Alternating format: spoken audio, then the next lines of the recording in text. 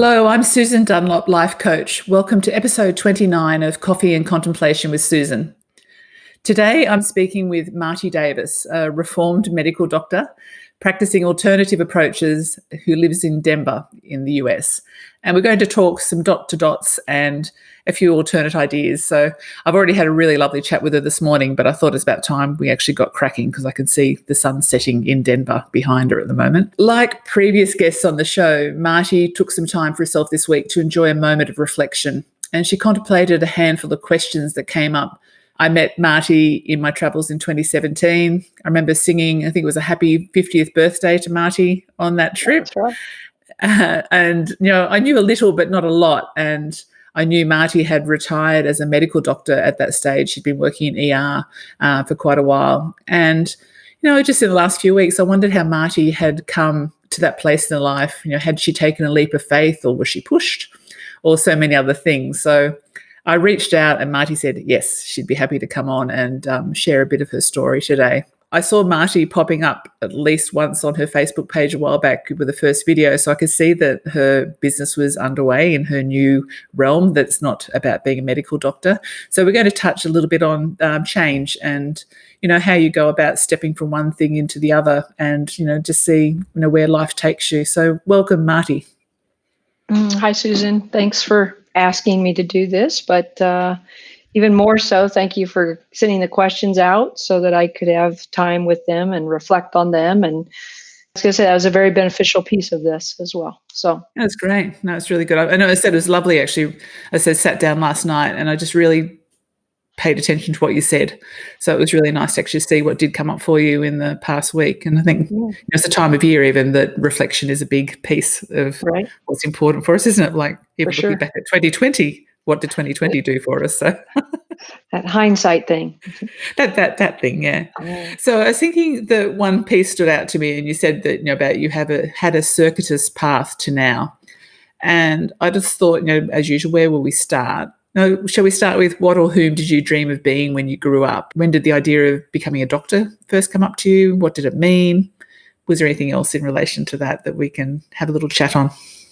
There really wasn't a moment that I thought doctor for any reason other than it might have just gotten me out of the environment I was in. So like I said, it was a small town, really small town in western Kansas. And most of the time, if anybody went on to graduate school or anything like that in the town, particularly women, they were going to go and be a teacher or maybe a nurse. But most of the women didn't necessarily get out of the small town.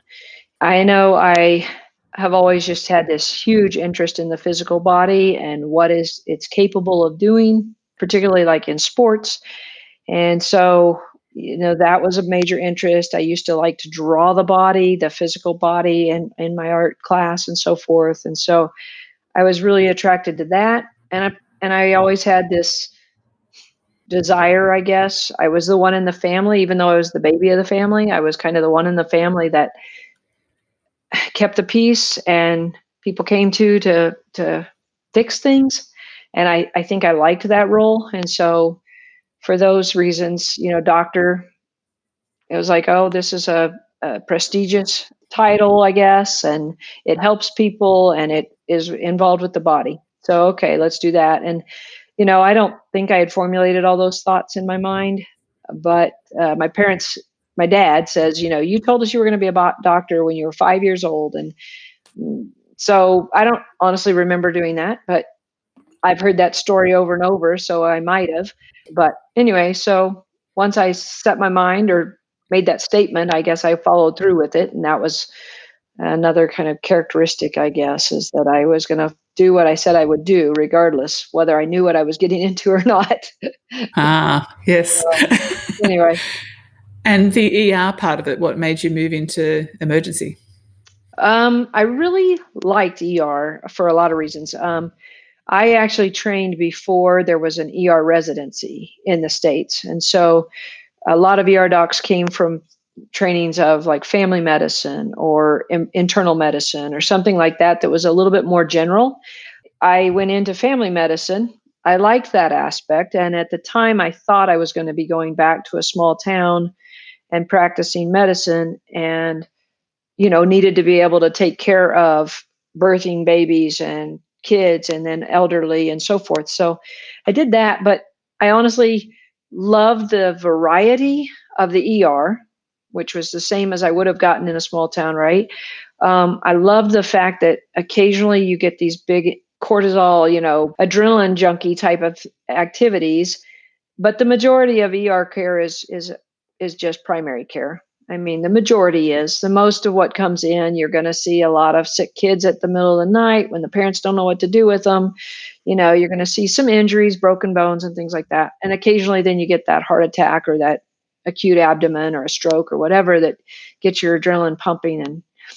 And then the next best thing was to not have to carry a pager or be on call. So you'd go do your shift and then you'd get to leave. Interrupted your family time a lot less, I thought. And that's important from what I've seen in my past with nurses and doctors, that it's nice to actually have both lives, isn't it? Sort of somehow sorted out. Yeah. Right. Was it about problem solving then? Like, are you a great problem solver? Like when someone comes in and presents, how does that feel as a doctor?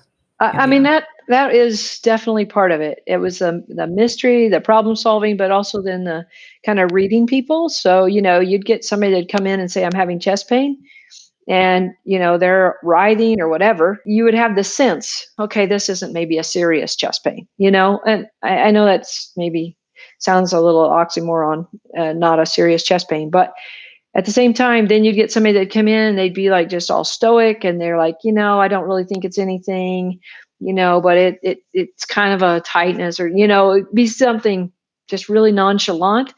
And so then you'd get that intuitive hit of, no, this is something I need to pay attention to. This is serious, and I'm going to follow that path. Or, I'm going to talk them through what they might be experiencing, and maybe it's anxiety, right? So let's figure out why you're anxious and see if we can calm you down and relieve your pain without costing you so much money for this huge workup. You're making me think of this when Tom was in hospital after his motorbike accident. He would downgrade his pain. On a scale of 1 to 10, what's your pain? Oh, 1. Yeah. And I remember this really lovely, mature male nurse came up and he said, okay, mate, I'm going to explain to you what a 10 feels like and what a 9 feels like. And so it was good. So, I mean, poor Tom, he was giving himself no, pain medication because he wasn't saying enough, So, I think that reading someone, and obviously Tom got read. Right. And, I think a lot of good nurses, the nurses save you for sure, but the good nurses help you with that. And then the good docs will also pick up on it, because we always know that one person that comes in, you go, well, what's your pain on a scale of 1 to 10? And they're like 20. And you're like, okay, wait, you just set me off a little bit because that wasn't the scale. It's like you exaggerate everything. So how am I supposed to take what you tell me as truthful? So anyway, there were a lot of things I liked about it. That skill set I liked. Well, I'm going to ask you the question that you didn't choose to answer, only in relation to the fact that it is the year that we've had COVID-19 and people are intrigued a little bit about emergency. And I do know quite a few of my friends who, from my old industry, who haven't stepped back up to decide whether they would actually go back to work because they've retired. They've got new lives. They're doing other things in the community. But I did ask you, what's the most outstanding moment of clarity you had about the importance of your role and your gifts that you deliver as a doctor. So maybe we'll talk about in terms of not necessarily you, but in relation to doctors and what it must be like this year and their gifts. And, did you consider stepping back up? And if not, why not? That type of stuff. Yeah. Cool. I actually did think about stepping back into the field. I knew, at least in the States, they were letting medical students that hadn't even graduated yet work, and residents and so forth were kind of being inundated by fire, right? I mean, it's like, here you go. And so there was a piece of me that was saying, I should do this. I should get back in there and help because I have the skill set. Of course, I'd been retired at that point for a little over 2 years. you lose your skill set very quickly, especially if it comes to like intubations and things like that. And so I hadn't maintained those. So there was a fear piece of not going back from that perspective, and then there's the piece that you say, well, what's my life like right now?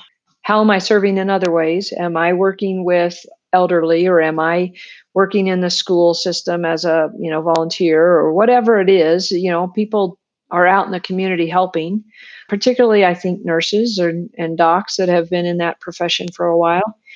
So then you say, well, I can't do that. I mean, I can't continue to do what I'm currently doing to help other people if I step back into that role, because here we had a lot of docs that were going to places to serve, like they might go to the hot spots in New York or whatever, but then they were quarantined in a hotel the whole time, and they couldn't even come back and spend time with their family.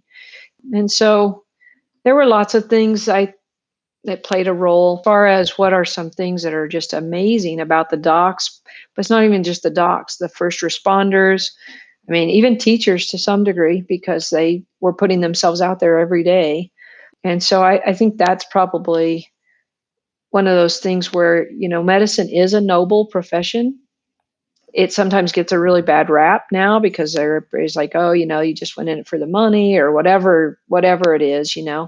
But I think when you have people that volunteer in, indigenous, in poor countries or areas where they're not from, that's a very noble calling. And then you have people like this who are going to put themselves on the front line all the time for something that we have no clue when it first started, you didn't know what the prevention was supposed to be and that's changed so many times since this has come to be.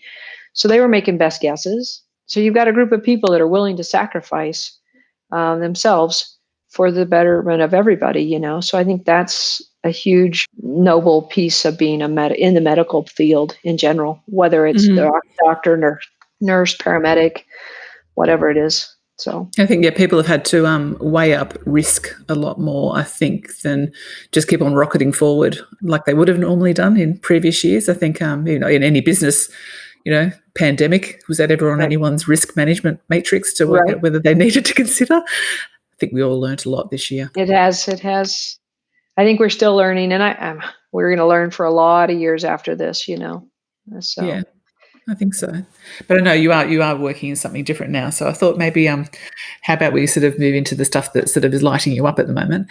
And I thought maybe when you shared to me that your path has been circuitous, it made me get a visual of dot to dots, and that reminded me of Steve Jobs' words that, as he said, you can't connect the dots looking forward. You can only connect them looking backwards. So you have to trust that the dots will somehow connect in your future. You have to trust in something, your gut, destiny, life, karma, whatever. This approach has never let me down, and it has made all the difference in my life. So I was thinking, looking back, what were the dots, some of the key dots that led you to retiring from your role as a doctor in 2017? I thought that was just an amazing description. So I was grateful that you shared that, because that is what it looks like. I think, as I had mentioned to you, it's funny because in life, the dot to dots of our pictures that we did as a child, you'd get halfway through it and you'd know what it was going to be. What I found out with this dot to dot life experience that we're having is they keep changing the picture. So the dots, are moving, and you think, oh, I'm just about to see what it's going to show. And then they put you on a different screen, apparently. So, I got into medicine. I was married young. I really thought for sure I'd be, a small town doc, because my husband is a farmer, or was a farmer. My ex-husband's a farmer, but it kind of changed. And so I think probably one of the very first things that put a bad taste in my mouth about medicine, which I didn't realize at the time, was the fact that the process of becoming a doctor was so arduous and so time consuming. And so 12 years after my marriage, it ended, and I hadn't even finished residency at that point. And so I didn't even know where I was going to go at that time, but my plans changed. And I blamed medicine somewhat. So I think that was probably a very early peg into this. But as I kept practicing, I realized, we're not serving people well. We're not healing anything with our Western approach to medicine. And we put a lot of band-aids on things, and we recognize the symptom and we treat the symptom, but we never get to the foundational piece of what caused the symptom and treat that. And so I started exploring other ways. I looked into massage therapy. I went through and got my certification there so that I could help release some of the trauma that gets stored in the body that then leads to additional illnesses for people down the road. I thought that was one way to go. And, I got into meditation and yoga, and I started to realize, that inner peace, the emotions and so forth that we experience, and the thoughts, the loops that we play every day, they have a major role in our illness. And so as I was exploring all of these different avenues, I realized, I'd like to help people differently. I'd like to help people understand their role in their own health. And I was exposed to Ayurveda, which is an Eastern philosophy of healing that is ancient. I mean, supposedly 6,000 years old. And it really resonated with me. I mean, it just talked more about the whole natural approach, but not just, eat healthy, because what does that mean anymore? Everybody's got their own idea. Just taking nature in and using it to help us process both thoughts, emotions, not only that, but also what we eat and what we do to our bodies, because your body has to respond to everything you do to it. And everything you do to it, it includes your thoughts and your emotions and everything that you put in. I got into that. And then, as a side note, trying to maintain my medical license, I went to functional medicine. And so I went to the IFM, the Institute of Functional Medicine here, and started training. And I thought, oh, this is amazing, because this is the science of the West meeting the wisdom traditions of the East. Can I just ask, what's functional medicine? Oh, I'm sorry. Well, functional medicine is, they look at the body and they try to actually determine the root cause of illness rather than just treat the symptoms. Okay. So they're kind of a biological approach to it, and we like to say everything is, but they're more of a whole approach to it. So they don't take that reductionist mindset of, well, you have high blood pressure, so I'm going to give you this blood pressure pill, and not care about how it affects the rest of your system. And, and they also realize maybe it's not just that you're putting too much salt on your food, or that you have genetics that say you're going to have high blood pressure. Maybe it's because you're in this really unhealthy relationship and it's causing all this stress, and therefore, the cortisol is up, and then your angiotensin and all of the things that go along with high blood pressure.